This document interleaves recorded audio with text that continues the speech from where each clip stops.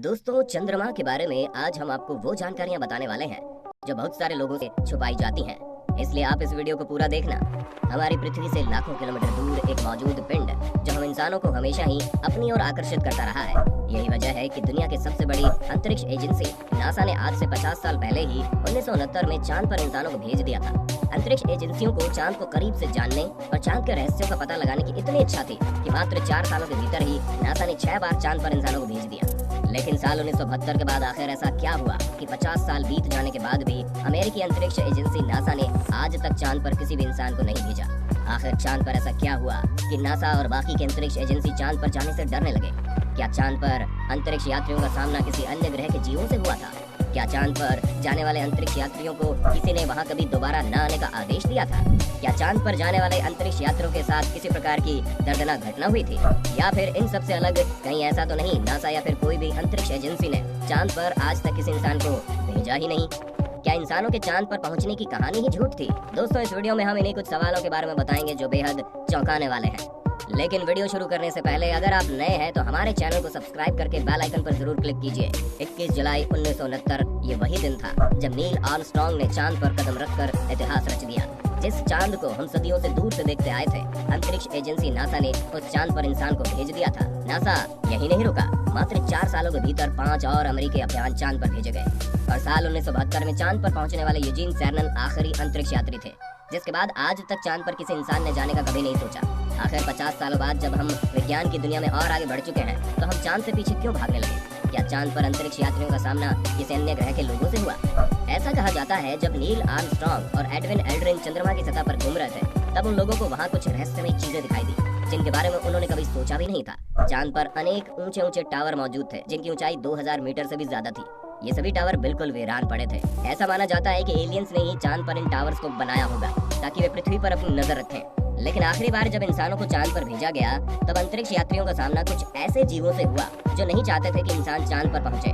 खुद Neil Armstrong ने एक इंटरव्यू में कहा था कि अंतरिक्ष में उनके यान का पीछा किसी बेहद एडवांस टेक्नोलॉजी वाले यूएफओ के द्वारा किया गया था, जिसे हम उड़न तश्तरी भी कहते हैं। चांद पर अजीबोगरीब रहस्यमय आवाजें भी कई चंद्र यात्रियों ने सुनी। हालांकि नासा ने कभी इस बारे में आधिकारिक बयान जारी नहीं किया, लेकिन चांद पर गए कई यात्रियों ने इस बात को स्वीकार किया है कि उन्हें चांद पर बहुत ही अजीबोगरीब आवाजें सुनाई दी हैं।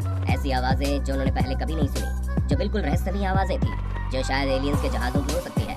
क्या चांद पर एलियंस रहते हैं? एलियंस की थ्योरी पर काम करने वालों का कहना है कि चांद अंदर से खोखला है क्योंकि चांद की सतह के नीचे एलियंस ने अपना अड्डा बनाया हुआ है। और ऐसा इसलिए कहा जाता है क्योंकि 20 नवंबर 1969 को जब अपोलो मिशन के दौरान वैज्ञानिकों की टीम ने एक छोटे अंतरिक्ष यान को चांद पर उतारा था तो उस यान के टकराव से चांद पर भूकंप जैसी स्थिति बन गई थी और चांद की धरती करीब 1 घंटे तक किसी घंटे की तरह कंपन और आवाज करती रही। ऐसा तभी संभव है जब चांद की सतह किसी धातु से बनी हो और अंदर से चांद खोखला हो। इतना ही नहीं, चांद पर पाए जाने वाले पत्थरों में भी भारी मात्रा में यूरेनियम और नेपच्यूनियम जैसे एलिमेंट पाए गए। ये बिल्कुल वही एलिमेंट्स हैं जिनका प्रयोग स्पेसशिप की बाहरी सतह पर किया जाता है ताकि स्पेसशिप अधिक तापमान और दबाव को सहन कर पाए।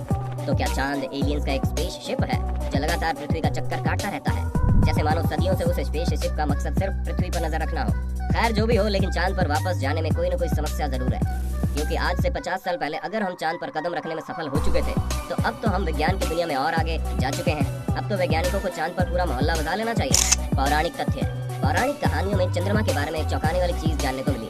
ऐसा कहा जाता है कि 11वीं सदी में एक दिन चंद्रमा अचानक से गायब हो गया और कई महीनों तक लगातार गायब ही रहा। उस जमाने में जब लोग विज्ञान की दौड़ में इतने आगे नहीं थे तो उन लोगों ने किसी अनहोनी की बात सोचकर चंद्रमा की पूजा पाठ करनी शुरू कर दी। और यही वजह है कि चाहे कोई भी धर्म हो, उसमें चांद का एक बेहद ही खास स्थान है। लेकिन अब चांद के इस तरह से गायब होने की बात पर शोध किया गया और वैज्ञानिकों ने दावा किया कि 11वीं सदी में आइसलैंड में एक ज्वालामुखी विस्फोट हुआ जिससे निकली भयंकर राख हमारे वायुमंडल में चारों तरफ फैल गई और यही वजह है कि चंद्रमा कुछ महीनों के लिए दिखना बंद हो गया। लेकिन अगर वास्तव में हमारे वायुमंडल में ज्वालामुखी से निकली राख फैली थी तो सिर्फ चांद ही क्यों गायब हुआ? इस वजह से तो सूर्य का भी दिखना बंद हो जाना चाहिए था। कहीं सच में चांद किसी एलियंस का अंतरिक्ष यान ही तो नहीं जो किसी तकनीकी खामी से कुछ समय के लिए गायब हुआ हो और ठीक होने के बाद फिर अपनी जगह पर वापस आ गया हो? क्या इंसानों के चांद पर पहुंचने की कहानी ही झूठी है? चांद पर जब नासा ने पहली बार अंतरिक्ष यात्रियों को भेजा था तो उसका प्रसारण टीवी पर लाखों लोगों ने देखा था। इसके बावजूद कुछ वैज्ञानिकों और लोगों का मानना है कि ये महज एक झूठी कहानी थी। अमेरिका सिर्फ अपने आप को बड़ा दिखाने के लिए और विज्ञान की दुनिया में अपने आप को सबसे आगे दिखाने के लिए ये झूठी कहानी रच रहा था, क्योंकि नील आर्मस्ट्रांग ने जब चंद्रमा की सतह पर अमेरिका का झंडा फहराया तो चांद पर बिना किसी वायुमंडल के वो झंडा इतना लहराता हुआ कैसे दिख रहा है? आप तस्वीर में साफ देख सकते हैं कि अमेरिका का झंडा ऐसे लहरा रहा है जैसे बहुत तेज हवा चल रही हो, लेकिन चांद पर तो वायुमंडल ही नहीं है। फिर ऐसा कैसे संभव हुआ? कुछ वैज्ञानिकों का ये भी कहना है कि लैंडिंग के वक्त ली गई तस्वीर में चांद की सतह से दिख रहे आसमान में एक भी तारा क्यों नहीं दिख रहा।